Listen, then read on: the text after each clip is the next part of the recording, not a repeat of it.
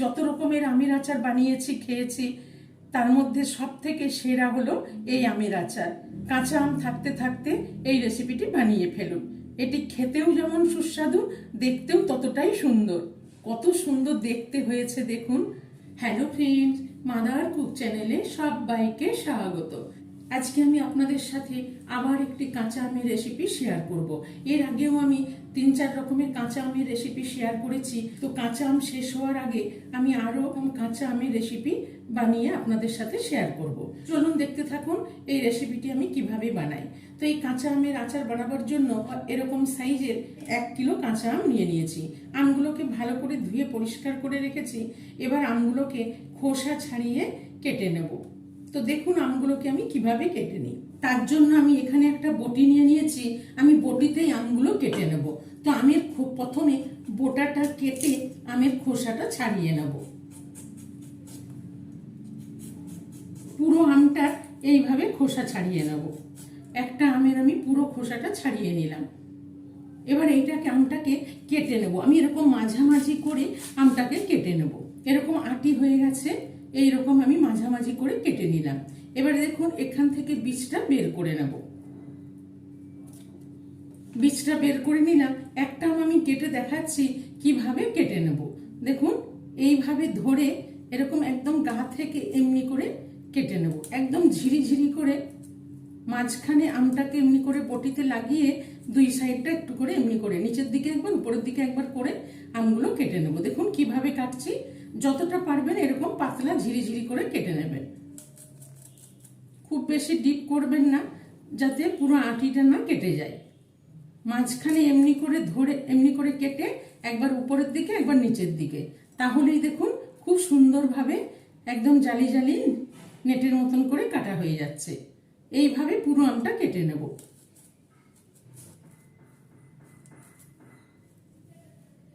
দেখুন বন্ধুরা কত সুন্দর করে একদম এরকম ঝিরিঝিরি জালি জালি করে কেটে নিয়েছি।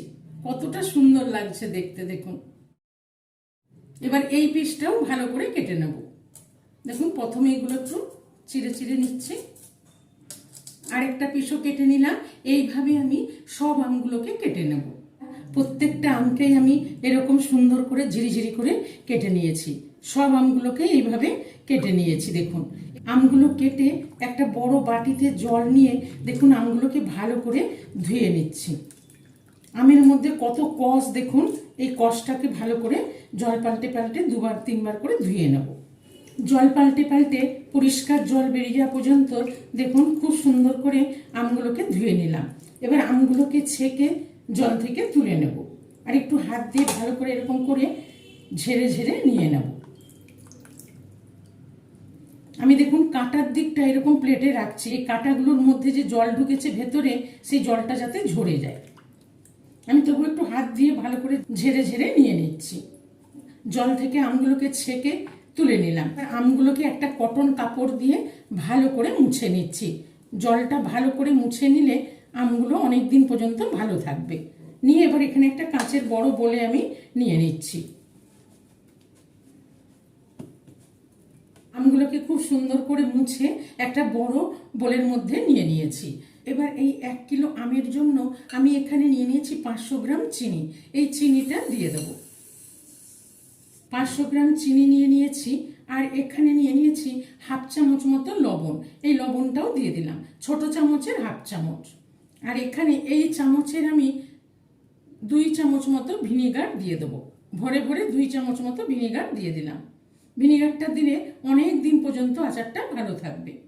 চিনি, ভিনিগার, লবণ দিয়ে আমগুলোর সাথে ভালো করে একটু মিশিয়ে নেব।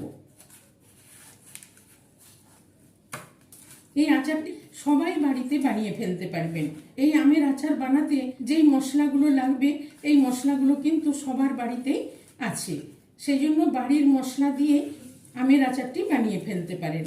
খুব সুন্দর করে চিনি, লবণ আর ভিনিগারটা মিশিয়ে নিলাম। এবার চিনিগুলো গলে যাওয়ার জন্য ঢেকে রেখে দেব 15 থেকে 20 মিনিট। অন্তত 10-15 মিনিট ঢেকে রাখতে হবে।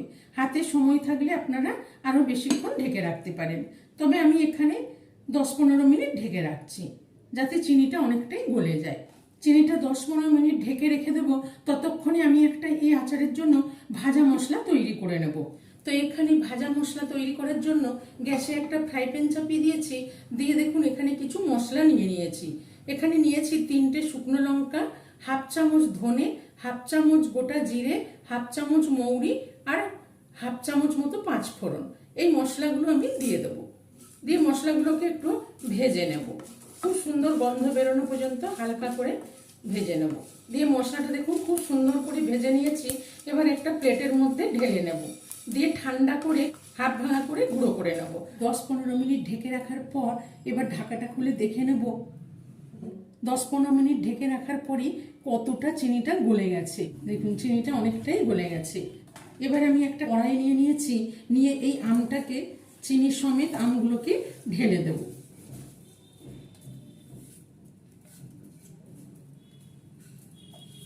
চিনি সমেত আমগুলোকে এই কড়াইয়ের মধ্যে ঢেলে দিলাম।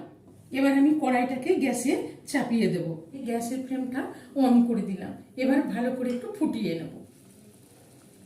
চিনির রসটা ফুটে গেছে। এবার একটু ভালো করে নাড়াচাড়া করে নেব। আমগুলো কাঁচা মিঠে আম, মিষ্টিটা আপনারা আপনাদের পছন্দ মতন দিয়ে দেবেন। তবে 1 কিলো আমে 500 গ্রাম চিনি দিলে ভালো হয়। 1 কিলো আমে 500 গ্রাম চিনি আমি দিয়ে দিয়েছি। দিয়ে দেখুন এবার ভালো করে নেড়ে নিলাম। ভালো করে ফুট ধরে গেছে। হাই ফ্লেমে রেখে একটু ফুটিয়ে নিলাম। এবার গ্যাসের ফ্লেমটা মিডিয়ামে রেখে দেব। আর এখানে কালারের জন্য দেখুন 1/4 চামচ মতন কাশ্মীরি লঙ্কার গুঁড়ো নিয়েছি।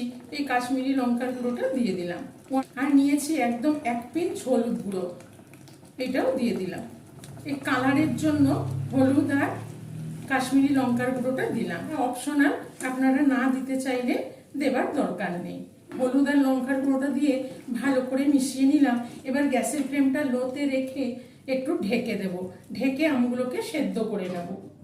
10 মিনিট ফুটিয়ে নেব। 10 মিনিট ফুটিয়ে নেবার পর এবার ঢাকাটা খুলে দেখে নেব। কত সুন্দর কালার এসেছে। গ্যাসের ফ্লেমটা মিডিয়ামে রেখে ভালো করে ফুটিয়ে নিলাম।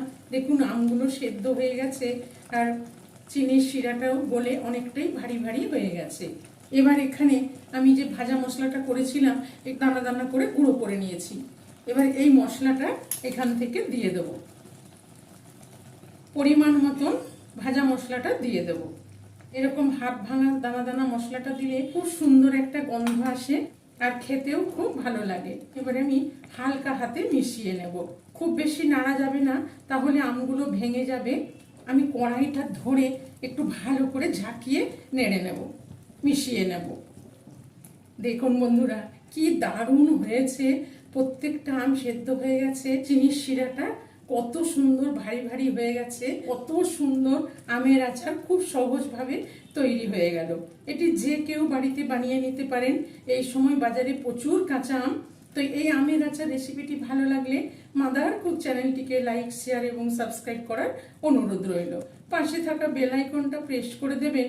যখনই আমি নতুন কোনো ভিডিও আপলোড করব আপনাদের কাছে নোটিফিকেশন পৌঁছে যাবে। এবার আমি গ্যাসের ফ্লেমটা অফ করে দিলাম।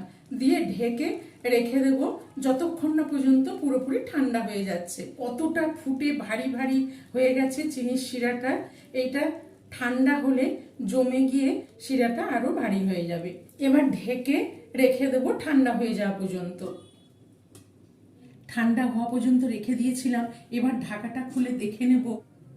রসটা ঘন হয়ে একদম ভারী হয়ে গেছে। কতটা সুন্দর হয়েছে দেখেই বুঝতে পারছেন বন্ধুরা। কত সুন্দর রসালো আমের আচার তৈরি হয়ে গেল। এবার এটাকে আমি একটা প্লেটের মধ্যে উঠিয়ে নেব।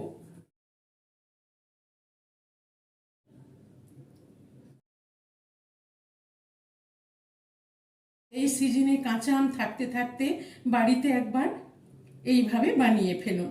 দেখেই বুঝতে পাচ্ছেন কতটা রসালো, নরম, টেস্টি আমের আচার তৈরি হয়ে গেল। এবার এই আচারটাকে কাঁচের বোতলের মধ্যে রেখে ফ্রিজেও রাখতে পারেন, কিছুদিন বাইরেও রাখতে পারেন। অনেক দিন পর্যন্ত ভালো থাকবে।